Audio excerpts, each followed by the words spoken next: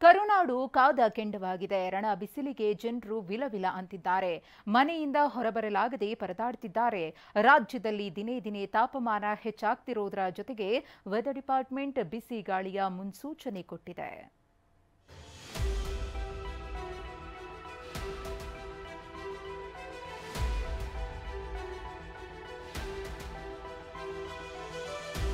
ಕಲಬುರಗಿಯಲ್ಲಿ 46 degree Celsius ಉಷ್ಣಾಂಶ.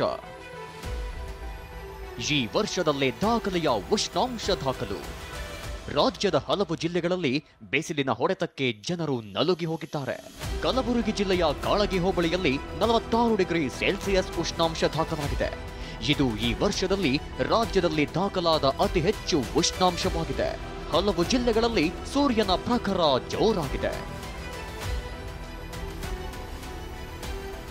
ಕಲಬುರಗಿ ಜಿಲ್ಲೆಯಲ್ಲಿ 46 ಡಿಗ್ರಿ ಸೆಲ್ಸಿಯಸ್ ತಾಪಮಾನ ದಾಖಲಾಗಿದ್ದು, ರಾಯಚೂರಿನಲ್ಲಿ 44 ಡಿಗ್ರಿ, ಯಾದಗಿರಿಯಲ್ಲಿ 43 ಡಿಗ್ರಿ ಉಷ್ಣಾಂಶ ದಾಖಲಾಗಿದೆ.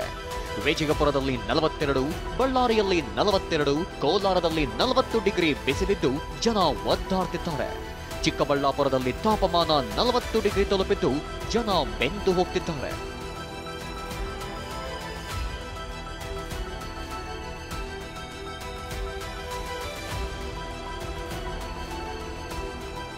ರಣ ಬಿಸಿಲು ಒಂದ್ ಕಡೆಯಾದ್ರೆ ಕುಡಿಯುವ ನೀರಿಗೆ ಪರದಾಡ್ತಿದ್ದಾರೆ. ಚಿಕ್ಕಬಳ್ಳಾಪುರ ನಗರದ ಜನರಿಗೆ ನಗರಸಭೆ ಕಲುಷಿತ ನೀರು ಪೂರೈಸುತ್ತಿದೆ. ಜಕ್ಕಲಮಡಗು ಜಲಾಶಯದ ನೀರನ್ನ ಶುದ್ಧೀಕರಿಸದೆ ಸರಬರಾಜು ಮಾಡುತ್ತಿದ್ದು ನೀರಲ್ಲಿ ಹುಳಗಳು ಬರ್ತಿವೆ. ಇದರಿಂದ ಸ್ಥಳೀಯರು ಆಕ್ರೋಶ ವ್ಯಕ್ತಪಡಿಸಿದ್ದಾರೆ. ನೀರು 2 ತಿಂಗಳಿಂದ ಇಲ್ಲಿ ಸರಿಯಾಗಿ ಬರ್ತಾ ಇಲ್ಲ. ಎಲ್ಲ ಮಣ್ಣು ಹುಳ ಎಲ್ಲ ಬರ್ತಾ ಇದೆ. ನಾವು ಈಗಾಗಲೇ ಇನ್ಫಾರ್ಮೇಷನ್ ಮಾಡಿದ್ದೀವಿ. ಅವ್ರು ಬಂದು ನೋಡ್ಕೊಂಡು ಹೋದ್ರು ಅಷ್ಟೇ, ಮತ್ತೆ ಅದೇನು ಸರಿಪಡಿಸಿಲ್ಲ. ಮಕ್ಕಳಿಗೆಲ್ಲ ಚೆನ್ನಾಗಿಲ್ಲದೆ ಆಗೈತೆ ಇವಾಗಲೇ. ಅದಕ್ಕೆ ನಾವು ಮಕ್ಕಳನ್ನೆಲ್ಲ ಊರಿಗೆ ಕಳಿಸ್ಬಿಟ್ಟಿದ್ದೀವಿ. ನಾವು ಕುಡಿಯೋಕ್ಕೂ ಇದೇ ನೀರೇ, ಅಡುಗೆಗೂ ಇದೇ ನೀರೇ ಎಲ್ಲ ಬಳಸೋದು. ಯಾರು ಬಂದು ರೆಸ್ಪಾನ್ಸ್ ಮಾಡ್ತಾ ಇಲ್ಲ. ಏನೇ ಹೇಳಿ, ರಣ ಬಿಸಿಲ ಹೊಡೆತಕ್ಕೆ ಕರುನಾಡು ನಲುಗಿ ಹೋಗಿದೆ.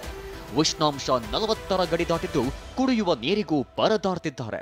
ಮಳೆಗಾಗಿ ಚಾತಕ ಪಕ್ಷಿಗಳಂತೆ ಎದುರು ನೋಡ್ತಿದ್ದಾರೆ. Bureau report, TV 9.